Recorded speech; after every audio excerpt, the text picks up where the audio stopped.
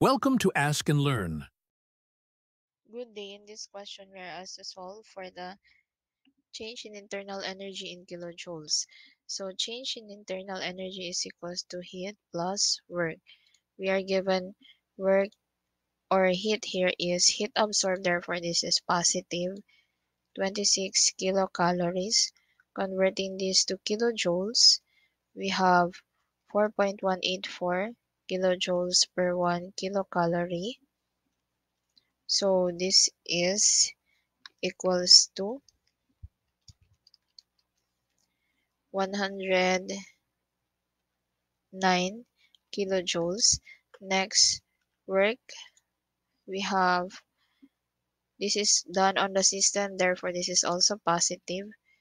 From 15 British thermal unit, converting this to kilojoules, we have 1.055 kilojoules per 1 BTU.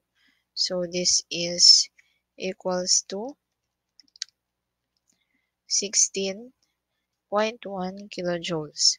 Therefore, change in internal energy is equals to Q plus W. Substituting, we have 109 kilojoules plus 16.1 kilojoules.